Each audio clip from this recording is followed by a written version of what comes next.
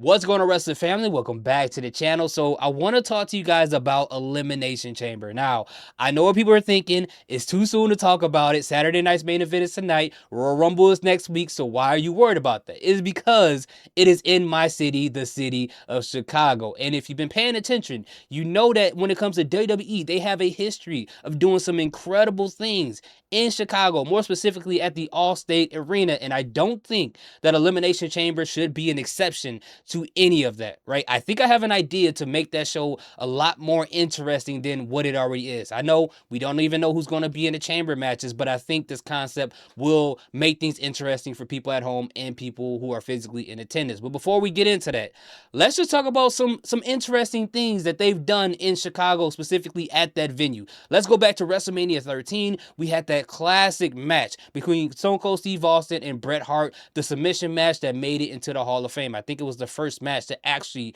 make it into the Hall of Fame, and it really did deserve that. Go forward to 1999, August 9th on Monday Night Raw. We had the debut of Y2J, Chris Jericho himself. And if you want to go forward a couple of decades, let's go to 2019. I was there for this one, Survivor Series at the Allstate Arena, the first and last time they had SmackDown versus Raw versus NXT in a Survivor Series PLE. The very last time they did that, I don't know why they didn't bring that back. They should. There's so much talent there, but that's neither here nor there. Fast forwarding to 2023. At Survivor Series at Will at the Allstate Arena, once again, we got the shocking return of CM Punk himself. I was there to enjoy that. I swear my hearing is messed up because of that night, because I'm looking at everything I listen to and it's at 100% for whatever reason.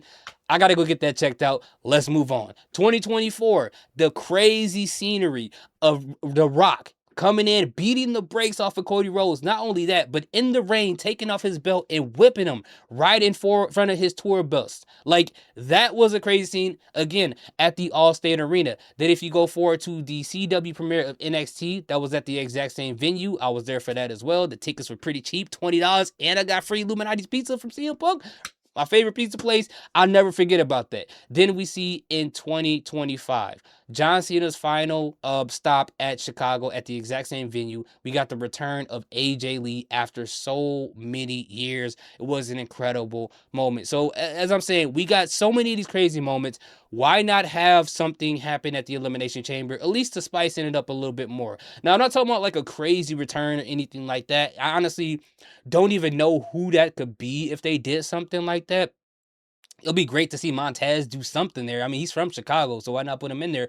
But conceptually, I think it will be more interesting for CM Punk as a gift to the people in Chicago to defend his World Heavyweight Championship in the chamber like they used to do. I think they'll have so many more stakes than it would normally would. It'll be incredible because I personally don't think CM Punk having a normal title match is going to give them that extra ump for this PLE as opposed to defending his title in the chamber. Like, it'll be a great thing to look back at when it comes to his title run right now, because it's like, oh, he brought back something that they don't do anymore. And for those who've never seen that before, it's going to be incredible for them because the stakes are so much high. And when the stakes are higher, it makes the matches more enjoyable. I would say I would kind of compare it to the possibility of Cody Rhodes bringing back the Winged Eagle last year when he had that match against Kevin Owens at the Royal Rumble. Like, if he would have kept that Winged Eagle title and brought it back for all the people who like wrestling from back in the day, they would have loved it. For the people who are around to watch WWE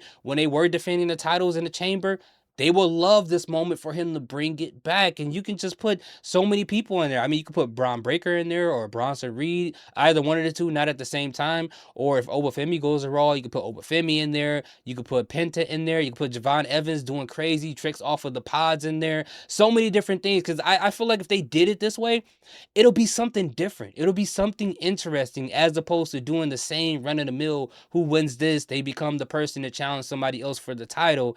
It's like, I don't know. I just feel like, and if they really want to go crazy, and I don't want this to happen in my city, but if they really want to draw more heel heat for Gunther, Let him be the last person to get out the pod. And then after people have already beat up CM Punk at that point, let him be the last person to take the title off of him in front of the whole city of Chicago. And you know, Chicago, we're going to be vocal, especially in a venue as far as the United Center, which is way bigger than the Allstate Arena. They are going to be vocal to boo him, right? And people still love CM Punk, regardless of what people say about the way he looks or he's too old or whatever. There are people like myself who are still fans of that man. So I think defending his title in the chamber will be excellent. I wish they would try to do something different with the other things as well, especially with the women's chamber.